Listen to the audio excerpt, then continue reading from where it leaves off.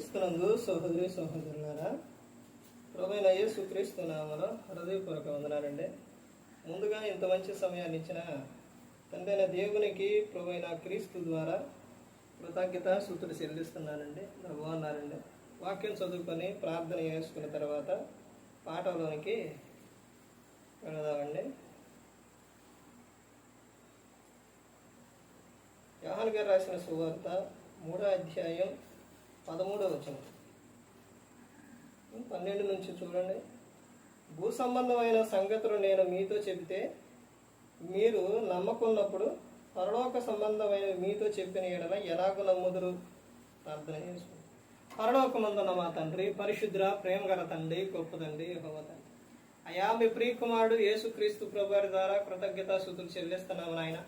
ఈ కూడికంతట్లో మీరు నడిపించండి. వాక్యం బోధించుండగా ఈ లోక సంబంధమైన జ్ఞానంతో కాకుండా మీ జ్ఞానంతో మాట్లాడే భాగ్యం దయచేస్తారని మా ప్రభువైన యేసుక్రీస్తు నామమున వేడుకుంటున్నాం తండ్రి, ఆమేన్. ప్రభువైన యేసుక్రీస్తు నామములో హృదయపూర్వక వందనాలండి. దేవుని కుమారుడు యేసుక్రీస్తు ప్రభువారు ఈ లోకానికి వచ్చిన తర్వాత పరలోక రాజ్యం సమీపిస్తుంది కనుక మారు మనసు పొందమని ప్రకటింప మొదలుపెట్టాం. అంశం పాఠం పేరు ఏంటంటే క్రైస్తవుని యొక్క గురి ఏమిటో తెలుసు. క్రైస్తవుని యొక్క గురి ప్రతి ఒక్కరూ కూడా గమనించుకోవాలి. ప్రతి ఒక్కరి గురించి యేసుక్రీస్తు ప్రభువారు చెబుతున్న విషయం ఏంటి అని అంటే మారు మనసు పొందాలి. ఎందుకు మారు మనసు అని ఆయన చెబుతున్నారంటే, ఇప్పుడు నేను ముందుగా చెప్పాను పరలోక రాజ్యం సమీపిస్తుంది కనుక మారు మనసు పొందమని ప్రకటింప మొదలుపెట్టాను. నేను ప్రతి ఒక్క అంశంలోనే ఈ మాట చెబుతాను. ఎందుకనంటే అది ఎవరు చెప్పిన మాట అని అంటే యేసుక్రీస్తు ప్రభువారు చెప్పిన మాట. మత్తయి సువార్త 4వ అధ్యాయం 17వ వచనంలో చెబుతారన్నమాట. అక్కడ నుంచి ఆ మాట చెప్పిన తర్వాత యేసుక్రీస్తు ప్రభువారు పరిచర్య మొదలుపెట్టారు. ఆ నుంచి చెప్పటం మొదలుపెట్టారు. ఒక క్రైస్తవుని గురి ఏంటి క్రైస్తవుని గురి ఏంటంటే, ఇప్పుడు చదవబడిన మాటల్లో ఏం కనపడుతుంది? క్రైస్తవుని యొక్క గురి. ఈ లోకములో క్రైస్తవుడికి ఒక గురి అనేది ఉంది. ఏ గురి లేకుండా లేదు. కానీ లోకంలో చేసే పనులు చేసేవారికి, లేకపోతే ఏదైనా చేసేవారికి కొంతమంది ఒక గురి అనేది ఉంది, కొంతమందికి ఉండవు. కానీ ఇప్పుడు క్రైస్తవులో కూడా అంతే. కొంతమందికి ఏంటంటే వాళ్ళ గురి ఏంటో వాళ్ళకి తెలుసు. క్రైస్తవుని యొక్క గురి ఏంటో తెలుసు, కొంతమందికి ఏంటంటే తెలియదు. యేసుక్రీస్తు ప్రభువారు చెబుతున్న విషయం పరలోక రాజ్యం సమీపిస్తుంది కనుక మారు మనసు పొందమని ప్రకటింప మొదలుపెట్టారు.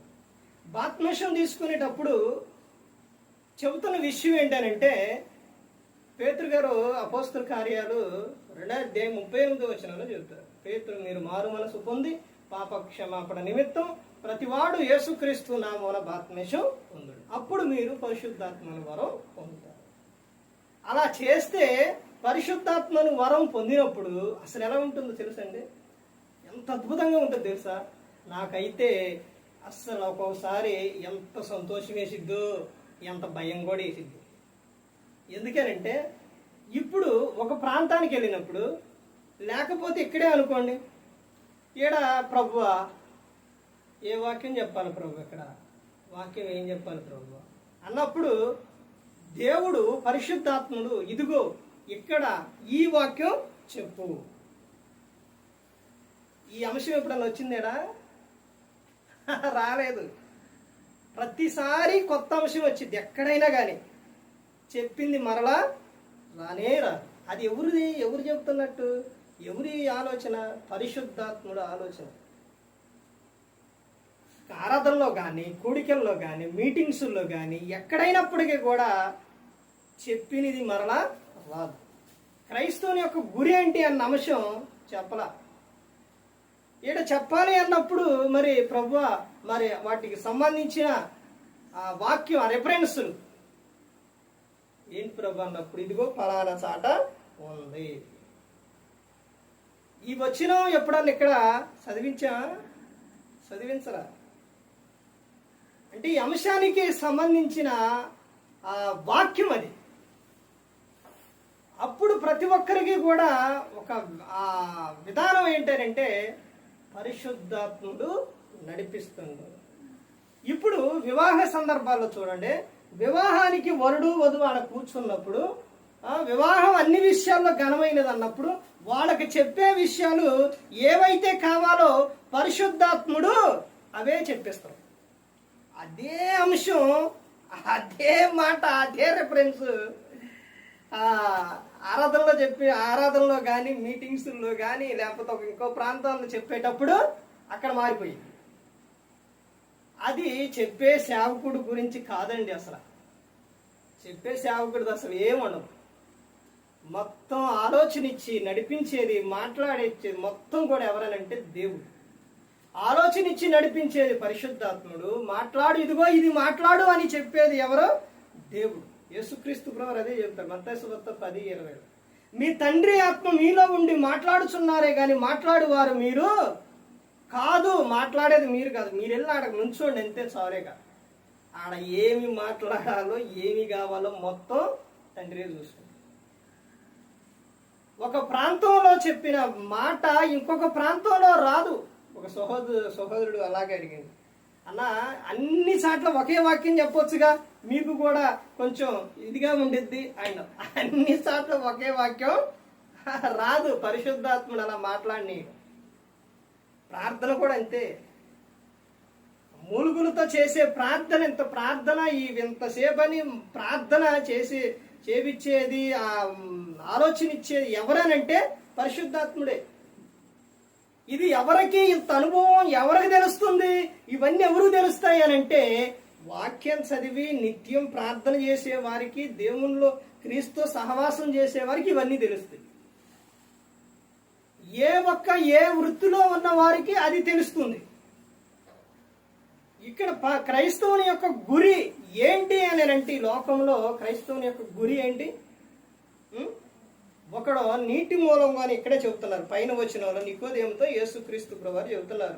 యోహాను సువార్త 3:3 చూడండి. ఆయన చెబుతున్నారు, అందుకు యేసు అతనితో, ఒకడు క్రొత్తగా జన్మించితేనే గాని అతడు దేవుని రాజ్యం చూడలేడని నీతో నిశ్చయముగా చెప్తున్నాను. క్రొత్తగా జన్మించాలి అంటే నికోదేము అంటాడు కదా, ముసలివాడైన వాడు మరలా తల్లి గర్భంలో నుంచి మరలా పుట్టారా అని చెబుతాడు. నాయన మరలా తల్లి గర్భం నుంచి పుట్టడం కాదు నాయన, అది కాదు. తర్వాత ఏమని చెబుతానంటే చూడండి, ఎన్నో వచనం అంటే 5వ వచనం చూడండి. యేసు ఇట్లనేడు, ఒకడు నీటి మూలముగాను ఆత్మ మూలముగాను జన్మించితేనే గాని దేవుని రాజ్యంలో ప్రవేశింపలేడని నీతో నిశ్చయముగా చెబుతున్నాను. ఒకడు ఎలా జన్మించాలి? నీటి మూలముగా అంటే బాప్తిస్మం. ఆత్మ మూలముగా అంటే అర్థం ఏంటి? మారు మనసు, పాపక్షమాపణ. ఆత్మ మూలముగా జన్మించాలి. అప్పుడే నువ్వు ఎక్కడ చేరుతావు? దేవుని రాజ్యం. క్రైస్తవుని యొక్క గురి ఏంటి అని అంటే ఏంటో చెప్పండి. క్రైస్తవుని యొక్క గురి పరలోకం. ఏంటండి? పరలోకం. మన ఈ లోకం అనుకుంటారు ఏంటి? ఈ లోకం కాదు, భూలోకం కాదు. భూలోకం ఉండదు. అర్థమైందండి? భూలోకం ఉండదు, ఏది ఉండదు. అర్థమవుతుందండి? అసలు ఈ భూమి అనేది ఉండదు. అందరూ కూడా ఎక్కడికి వెళ్తారో తెలుసా? ఈ రోజున సేవకులు కూడా మీటింగ్లోని చాలా మంది చివరిలో యేసుక్రీస్తు ప్రభువారు ఎక్కడికి వస్తారు అని అంటే, ఒకళ్ళేమో కొండ మీదకి అంటారు, ఒకళ్ళేమో కొంతమంది ఏమో భూమి మీదకి అంటారు. ఆ చెప్పి ఆయనకి మామూలుగా లేదు. ఇక యేసుక్రీస్తు ప్రభువారు ఎక్కడికి వస్తారు? ఎక్కడికి వస్తారండి? యేసుక్రీస్తు ప్రభువారు మధ్య ఆకాశానికి వస్తారు. అందరూ కూడా ఈ భూమి అంతా అంతమైపోయింది, భూమి ఉండదు. అప్పుడు అందరూ ఎక్కడికి వెళ్తారు? మధ్య ఆకాశానికి వెళ్తారు. అక్కడ తీర్పు అనేది జరిగింది. క్రైస్తవుని యొక్క గురి ఏంటి అని అంటే పరలోకం. ఆ వచనం చూడండి, అక్కడే ఏమని చెబుతున్నారు. 12వ వచనం, భూ సంబంధమైన సంగతులు నేను మీతో చెప్తే మీరు నమ్మకున్నప్పుడు పరలోక సంబంధమైనవి మీతో చెప్పిన ఎడల ఎలాగూ నమ్ముదురు? అసలు భూ సంబంధమైన విషయాలు చెబితేనే నమ్మట్లా. ఇదిగో ఇలా చేయొద్దంటే అది వినరు. పారపర ఆచారాలంటే వద్దు. ఇదిగో ఇలా చేయాలి అని అంటే ఇలా చేయకూడదు అని అంటే అలాగే చేస్తారు. ఇవన్నీ ప్రతి ఒక్కటి కూడా మీరు ఇవే నమ్మట్లేదు కదా. ఒక విషయం ఏంటంటే అన్నిల్లో చూడండి, మొన్న దినాన అక్కడికి వెళ్ళాం ఒక ప్రాంతానికి. అసలు ప్రతి ఒక్కటి కూడా సేవకుల్ని అడిగి సేవకులు ఎట్ట చెబితే అట్ట చేశారు సేవకులు. ఇదిగో ఇలా స్నానం అంటే ఇలా వాక్యం చెప్పిందా కాగాలంటే అలా ఇలా ఇక తీసుకొని ఇక వెళ్ళిపోవడమే. ఆ తర్వాత దింపటాలు లేవు, ఏది లేదు. అసలు ప్రతి ఒక్కటే కూడా సేవకులను అడిగి సేవకుడు ఎలా చెబితే అలా చేశారు. ఎవరాళ్ళు? అన్యులు. అదే క్రైస్తవులు అయితే వాక్యం చెప్పేటప్పుడు సుమారు ఎంతసేపు చెప్పారో తెలుసండి? ఇంకా ఎంతసేపు అండి అంటారు. లేకపోతే వెళ్ళేటప్పుడు రకరకాల అన్నీ చేస్తుంటారు, లేకపోతే దింపడాలు చేస్తుంటారు, ఆడికెళ్ళిన తర్వాత ఎన్నో చేస్తుంటారు. ఇవన్నీ క్రైస్తవులు ఏంటనంటే పారంపర్య ఆచారం. వాళ్ళు ఏంటో తెలుసండి, అంటే సేవకుడు వీళ్ళ పద్ధతి, సేవకుడు ఎట్ట చెబితే అట్ట చేయాలి. ఒక భూ సంబంధమైన సంగతులు చెప్పినప్పుడే మీరు నమ్మకున్నప్పుడు నమ్మకం లేదు మీకు. మరి ఇంకా పరలోక సంబంధమైన విషయాలు చెబితే ఎలా వింటారు మీరు అని యేసుక్రీస్తు ప్రభువారు చెబుతూ ఉన్నారు. తర్వాత ఏమని చెబుతున్నారంటే చూడండి, మరియు పరలోకము నుండి దిగి వచ్చిన వాడు అనగా పరలోకములో ఉండు మనుష్య కుమారుడే తప్ప పరలోకములకు ఎక్కిపోయిన వాడు ఎవడనూ లేడు. అరణ్యంలో మోసే సర్పమును ఎలాగ ఎత్తునో అలాగే విశ్వసించు ప్రతివాడును నశింపగా ఆయన ద్వారా నిత్య జీవం పొందినట్లు మనుష్య కుమారుడు ఎత్తబడవలెను. తర్వాత చెబుతున్న విషయం, దేవుడు లోకమును ఎంతో ప్రేమించెను కాగా ఆయన తన అద్వితీయ కుమారునిగా పుట్టిన వాని యందు విశ్వాసం ఉంచు ప్రతివాడును నశింపక నిత్య జీవం పొందినట్లు ఆయనను అనుగ్రహించును. ఎవరిని అనుగ్రహించారు? యేసుక్రీస్తు ప్రభువారిని. ఎందుకు అనుగ్రహించారు? ప్రతి ఒక్కరూ కూడా ఎక్కడికి చేరాలి? పరలోకం. నిత్య జీవం చేరాలి. నిత్యం కూడా నువ్వేముండాలి? నిత్యం కూడా జీవించే ఉండాలి. సేవకుడు చెప్పినప్పుడు సేవకుని మాట వినాలండి. ఎందుకని? మీ ఆత్మలో కాస్తుండ కాబట్టి. సేవకుని మాట విని సేవకునికి ఏమై ఉండాలి? లోబడి ఉండాలి. సేవకులు చెప్పేది ఏం మాట అంటే దేవుని మాట. అర్థమైందండి? దేవుడు చెప్పమన్న మాటే సేవకుడు చెబుతాడు. ఇప్పుడు తల్లిదండ్రులు పిల్లలకి ఏ విషయం చెబుతారండి? చెడిపోవని చెబుతారా? చెప్పరు కదా. హానికరమైనవి కానీ ఎవరో లేకపోతే ఇలాంటి ఏవి చేయరు. ఎందుకని? పిల్లలంటే ఇష్టం, పిల్లల్ని ప్రేమిస్తున్నారు కాబట్టి, వాళ్ళ క్షేమం కోరుకుంటారు కాబట్టి. అదేవిధంగా సేవకునికి విశ్వాసులు ఎవరనంటే ఆత్మీయ పిల్లలు. అందుకే సేవకుడు చెప్పింది విశ్వాసులు ప్రతి ఒక్కరు కూడా వినాలి. తర్వాత ఇంకా ఇక్కడ ఏమని చెప్తున్నారని అంటే చూడండి, లోకము తన కుమారుని ద్వారా రక్షణ పొందుటకే గాని లోకములకు తీర్పు తీర్చుటకు దేవుడు ఆయన లోకములోనికి పంపలేదు. క్రీస్తుని లోకంలో పంపించింది ఎందుకు? అందరూ కూడా రక్షణ పొంది ఎక్కడ చేరాలి? పరలోకం చేరాలి.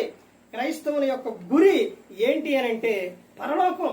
ఆ పరలోకం నువ్వు చేరడానికే ప్రభు అయిన యేసుక్రీస్తు ప్రభువారిని తండ్రి అయిన దేవుడు ఈ లోకానికి పంపించి ఉన్నారు. మనల్ని ప్రేమించారు. యేసుక్రీస్తు ప్రభువారు మనందరి కోసం ప్రాణం పెట్టారు. ఆయన చనిపోయి తిరిగి లేచింది ఎందుకు అని అంటే మనందరినీ లేపడానికి. యేసుక్రీస్తు ప్రభువారు ఆయన ఇక్కడి నుంచి వెళ్ళి మనకు అక్కడ స్థలం సిద్ధపరచడానికి అక్కడికి వెళ్ళారు. తండ్రి దగ్గర మన కోసం విజ్ఞాపనలు చేస్తుండ ఆయన యేసుక్రీస్తు ప్రభువారు.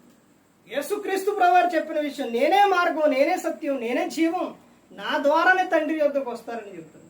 భూమి మీద ప్రతి ఒక్కరూ కూడా రక్షణ పొంది ప్రతి ఒక్కరూ పరలోకం చేరాలి. ఎందుకు ఆయన రాకడ ఆలస్యం చేస్తున్నారనంటే అందరి పట్ల ఆయన ఎందుకు దీర్ఘశాంతం చూపిస్తున్నారనంటే ప్రతి ఒక్కరూ కూడా మారు మనసు పొంది పరలోకం చేరాలని. ఆ అజ్ఞాన కాలంలో దేవుడు చూడనట్టుగా ఉండగానే ఇప్పుడైతే అందరూ అంతటను ఏం పొందాలి? మారు మనసు పొందాలి. మారు మనసు నువ్వు పొందాలి, నువ్వు పరలోకం చేరాలి. అదే దేవుడు కోరుకునేది. తీర్పు తీర్చుటకు యేసుక్రీస్తు ప్రభువారిని ఈ లోకానికి పంపలేదు. అందరూ రక్షణ పొందాలని యేసుక్రీస్తు ప్రభువారిని ఈ లోకానికి పంపించారు. నువ్వు పరలోకంలో ఆయనతో పాటు ఉంటే ఎలా ఉంటుందో తెలుసండి? పరలోకం ఆనందంగా సంతోషంగా ఉంటుంది. ఈ లోకం ఏమీ లేదండి. ఈ లోకం ఉండదు. తర్వాత ఈ లోకంలో పుట్టిన ప్రతి ఒక్కరు కూడా దేవుని యొద్దకు వెళ్ళాలి, ఈ లోకం విడవాలి. అందుకని ప్రతి ఒక్కరూ కూడా గమనించుకోవాలి. ప్రతి ఒక్కరూ కూడా మారుమనసు పొంది పాపక్షమాపణ నిమిత్తం యేసుక్రీస్తు నామమున బాప్తిస్మం పొందినప్పుడు పరిశుద్ధాత్మను వరం పొందుతారు. తర్వాత క్రీస్తుని పోలే నడుచుకున్నప్పుడు ఆయన శరీర రక్తం తీసుకొని మరి ఆయన యందు భయభక్తులు కలిగి ఉన్నప్పుడు ఆయనతో పాటు నిత్యము కూడా పరలోకంలో ఉంటారు. కానీ యేసుక్రీస్తు ప్రభువు ఈ లోకానికి వచ్చి మనందరికీ వచ్చి సిలువలో తన ప్రాణాన్ని పెట్టి ఉన్నారు. మరి ఈ విధంగా నిలబెట్టి మాట్లాడించిన తండ్రి అయిన దేవునికి కృతజ్ఞతాస్తుతులు చెల్లిస్తూ, ఇంతవరకు శ్రద్ధగా ఉన్న మీకు ప్రభు పేరున హృదయపూర్వక వందనాలు చెల్లిస్తూ ఈ మాటలు ముగిస్తున్న అందరికీ వందనాలు.